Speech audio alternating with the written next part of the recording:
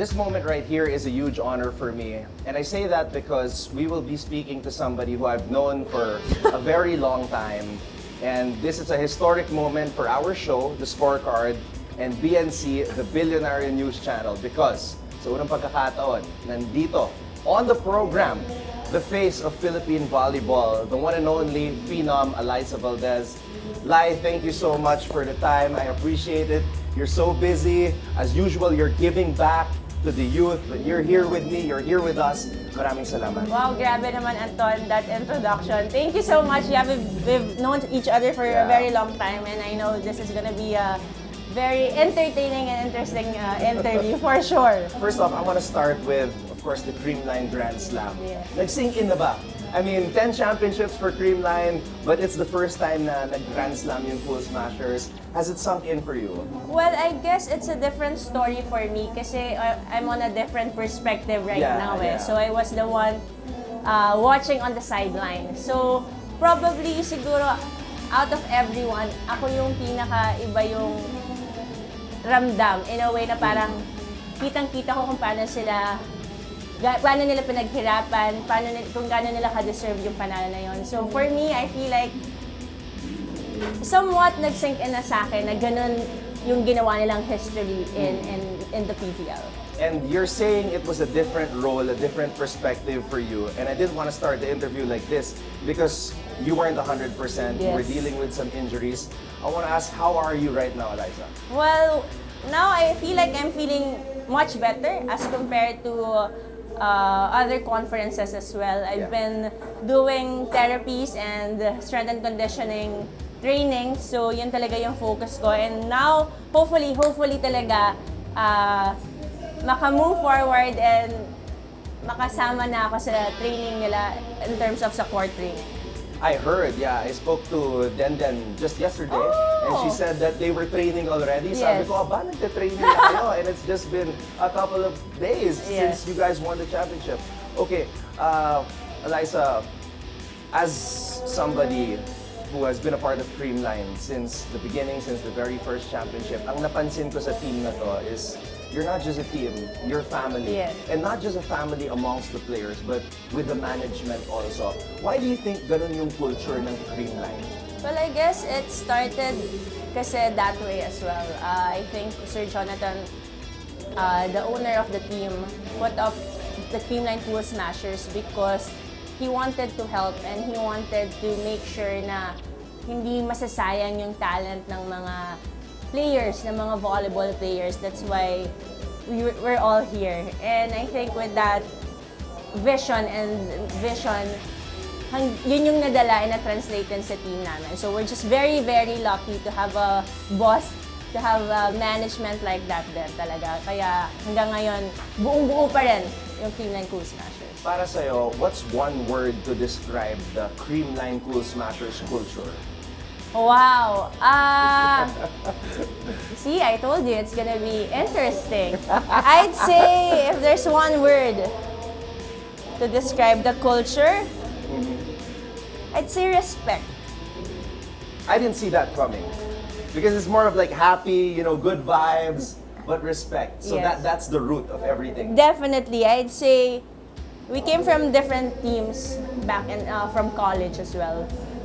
Different coaching staff din yung nangyari, yung nabuo ng team. And syempre, iba-iba yung personalities namin. But at the end of the day, I think we respect each other to some extent na we worked well together din. Na, alam mo yun, you've mentioned a while ago also, I've been teammates with Michelle for a very long time. But prior to this, being part of the Creamline Pool Smashers, we're actually rivals. So when she came in also, when we're in the team, we might have different perspectives and principles in life, but I think because of the respect we have for each other across everyone, ang ganda nababalance yung buong team. Nakakatuwa nga because when we had Michelle Gumabaw on the show, we kind of did a retrospective and I did a quick set on her and I realized that most of the names that I mentioned for her to react to were Atenea. Diba? So I mean, it just goes to show that in life, things change and people come in, be it a rival like Yes. yourself, but then the bond, it's something new and different. Yung mga nakakalaban namin before, teammates na namin, yung hindi man namin naabutan nung college, nakakalaban na rin namin. Yeah. So, you know, it's just a small community and I'd say, kailangan talaga ng respeto sa isa't isa. Like sinabi mo na you kind of can't believe that you're still playing up to Yeah. now. And you know what? It's crazy because you're 31 now. Plumjit Tinkao of Thailand retired at 37. So, ang layo pa. Wow! Ang layo pa, okay, ang layo. But, believe it or not, I don't know why this is happening. May mga tao na nagtatanong sa akin, is Alyssa Valdez going to retire? So, has retirement crossed your mind? I'd say it crossed my mind in such a way that at this age, you have to plan naman kasi talaga. Yes. But hindi na rin siya nalalayo kasi. At that's how many years? If we're basing the age kay Plumjet, di ba? Medyo malapit na lang and that probably 5 to 6 years na yun. Medyo madami pa akong kailangan din matutunan eh. Pero kasi with the injury, with all the injuries I've had recently, I've realized na I think I want to get back that feeling na nag-e-enjoy ulit ako sa paglalaro. Yeah. Kasi it's been so different now, di ba, Yeah. Anton? I mean, from high school to college, volleyball for me is something na is my outlet. Yeah. Di ba? When you turn pro kasi, there are different responsibilities na nakasama. So right now, I think one thing I realized after my injuries is that I think I just want to get back that feeling again na I enjoy playing the sport. I want to get back 100% and contribute in any way I can to the team. So, yun lang yung mga goals ko right now. But definitely, if you're gonna ask me if retirement crossed my mind, definitely. Because, I mean, at the end of the day, I have to plan for my future as well. Since we are on the Billionario News Channel, I do have to ask you some What is this question? some questions regarding that. Okay, kasi ikaw, you're known as one of the first, if not the first, Filipino volleyball import, right? For 3BB and Attack Line. Yes. Okay, so obviously, players want to go there, and not just volleyball players, basketball players want to go abroad to be able to earn, come back. What are some of the biggest investments that you've made with the earnings that you made over there abroad as an import? Wow. Wow. Interesting. I'd say, first and foremost, my parents and other people are actively helping me parang outside of volleyball also, kung Yes. paano ko i-manage yung financials ko. Yes. And I think yun yung isa sa mga things na I would say kailangan talaga natin. Kailangan namin athletes na kailangan namin ng guidance talaga.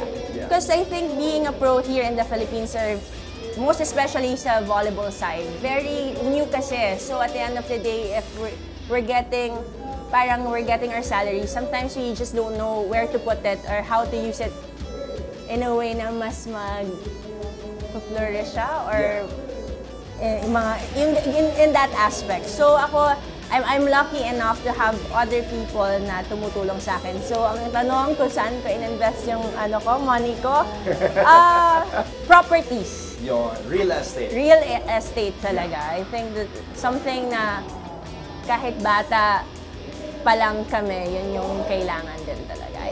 I'd say yun yung And mga you can't go wrong with that. Kasi di Yeah. ba, ang lupa tumataas yan eh. yung value. Kasi as of now, at a very young age,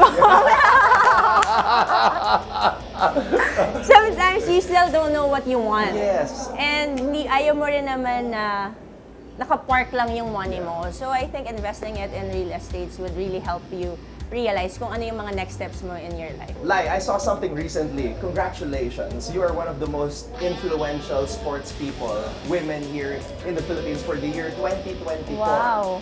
How do you feel about that na sa tagal mo na sa volleyball, sa tagal mo na sa pagiging isang Alyssa Valdez, you're still influencing the youth? I feel like this is just more than the sport already. Yeah. This is more than volleyball already. And it's not just me, Anton. I have a lot of people helping me. All the brands na naniniwala sa mission din natin and vision natin for the youth. So, nagpapasalamat lang ako. I think yung mga ganitong award, hindi talaga para sa akin. I share this with all the brands I'm working with. And all the kids na aspiring kids who wants to play volleyball. So hopefully, mas madami pa tayong matutunan. Yun lang naman yung goal talaga natin. Alyssa, is it hard to maintain the image? Because obviously, it's a huge responsibility to be somebody like you, somebody who's a role model to the youth. Like, you know, looking always prim and proper on and off the court. Is Wow, that do I hard? look like prim and Yes, proper? Wow, yes, I'm you so do. Yes, you really. do. Wow, is it hard? Well, Is it a conscious effort on your part? I don't think so. It's not naman hard. Just because I feel like if it's natural for you to be, I think it has to be consistent kasi. If you're like that since day one up until now, I don't think you're trying to have that image. You're trying to put out that image. Yeah. So I think if you're consistent from day one to up until now, I think I would say that's who we are. But I just also want to say thank you kung bakit din ako consistent din siguro na ganito because of the people who are guiding me. You're just being you. You're just authentic and real. For you, what motivates you to keep helping the next generation, keep giving back to the youth after everything you've achieved? Well, as we've seen, we're seeing it now, Anton. The volleyball scenarios are just getting better and better, and we don't want to stop there. We want to continue and help also the other kids who doesn't have that door to open as well. So we're giving the kids that, ano mo yun, yung one step in the door then one step ahead para kahit papano, they can see and they can siguro, they get interested in sports. May it be volleyball or other sports, diba? I mean, kailangan lang ng jump start. For my last question, sinabi ko kanina na Plumjit of Thailand, 37. nag-retire at 37. Babalikan ko lang. Where do you see Alyssa Valdez at age 37? You're 31 now. This is 6 years from Bilis now. na lang. Yeah. Aside from, you know, being a billionaire potentially. Ah, Lord! Anton, can you share your secret? Please. Alyssa Valdez, 6 years from now. Wow. You think you'll still be playing volleyball? That's a very, very tough question. But I'd say I want to see myself still playing, enjoying. The keyword is enjoying volleyball. Yep. May it be on and off the court. Well, Alyssa, wherever you go, whatever path you choose, we're always going to be here for you. Wow. Keep being an inspiration. Thank you so much. And Thank again, thank you so you. much for the time. Thank you, Anton. Thank you It's great to so much. see you. Nice to It's great see you. It's great Grabe. to see you. Thank you. Alyssa Valdez on the Scorecard.